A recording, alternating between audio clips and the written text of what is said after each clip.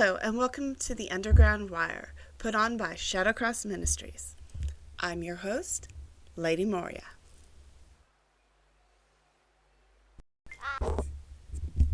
About 2 months after getting called to Dinamikea, I started to get really, really sick. And we began to visit doctor after doctor trying to figure out what was happening. Now we knew whatever was causing it was also triggering bouts of thyroiditis, and but yet that wasn't the root cause of it. So most of the rest of my 16th year and nearly all of my 17th year, I was bedridden, and I would do my best to muster up enough energy to make it to Wednesday night church, and if I could, Sunday morning church, because I didn't want to stop serving the Lord, stop preparing for missions, even if physically I was barely hanging on. I had to be there in my heart because that's where I longed to be. I longed to be with those people, and I longed to be serving the Lord in whatever way I could.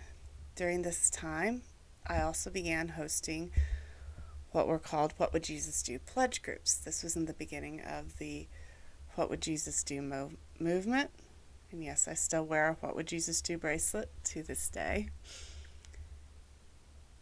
partially in honor of that. But yeah, I led that pledge group, clear past graduation from high school.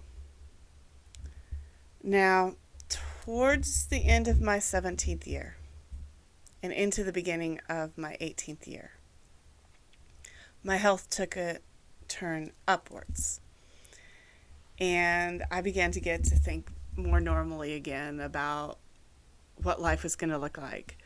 So instead of going on a senior trip, being a homeschooler, I asked people to send me money for my graduation for a missions trip. And I was able to get on to a missions trip to New Orleans, serving in the French Quarter.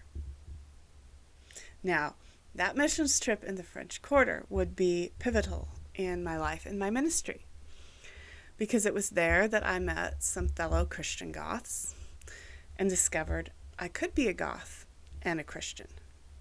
I'd been a Christian forever, but I'd stayed away from the subculture that I felt most at home in because I didn't think I could be a Christian and a Goth. So after I came home from New Orleans, after a very successful trip, things began to change for me, and I began to start something new.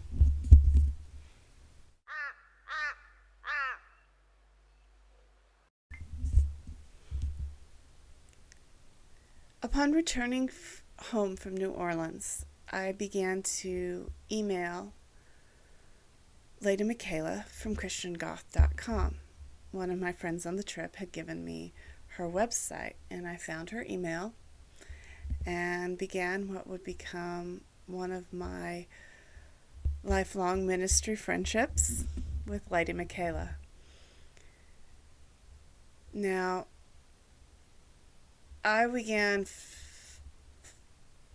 looking at ideas and praying and thinking about how I would go forward with ministry. I knew my health wasn't good. It was still up and down, and that I might not get to go and serve on the mission field in Dinamikea among the Navajo full time.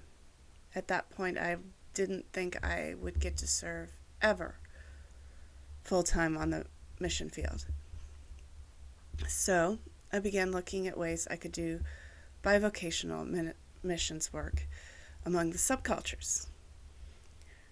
Now, it was through this that the Chalice Ministry, which would go on to become Shadowcross, was born. And just before we officially launched Shadowcross, 9/11 happened. I remember sitting in the living room, my prayer candle lit, doing a Gothic skin treatment, praying for the firefighters and all the individuals rushing to ground zero, having just that morning watched the towers fall. As a matter of fact, I watched the second plane hit the towers live. So that was a life-changing moment in my life. And then from there, I launched the Chalice and Shadowcross. Now, about halfway into 2002, one of my in-church mentors was killed in a motorcycle accident, which was also very pivotal for me. It was one of those things I didn't recover from very quickly.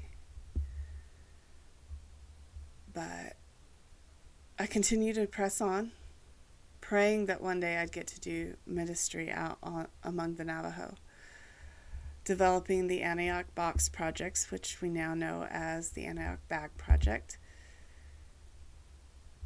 and working towards developing our little outposts. At that time they were called safe houses, and praying about maybe doing a Christian club or something like that, because that was very big at that time in the underground. And just continue to try to faithfully serve the Lord. I had some ministry partners in Lebanon, Indonesia, and the UK as well that I partner with to do outreach. And this went on for several years. Met Goth Mama Donna, who became another one of my mentors. Ended up going to Haven X, as Shadowcross viewed it as a missions trip, which it ended up being more so than even I thought. And I got to be a speaker there. And would continue on. In 2007, we bought what was supposed to be our first ministry outpost. We had the dedication service, but then due to the economic downturn that happened right about that time, it never had its official grand opening celebration where the community was invited. But the day that I got that property, a friend of mine who I've been in communication with for 3 years was on my doorstep to help with the ministry house. At that moment, I thought, oh good, I could never fall for this bald-headed teddy bear. That bald-headed teddy bear was Robbie. And for those who know my story, 6 months later, even though we knew we were getting ready to lose the ministry house, Robbie and I were wed. Thank you, Goth Mom Donna, for opening that door to my story.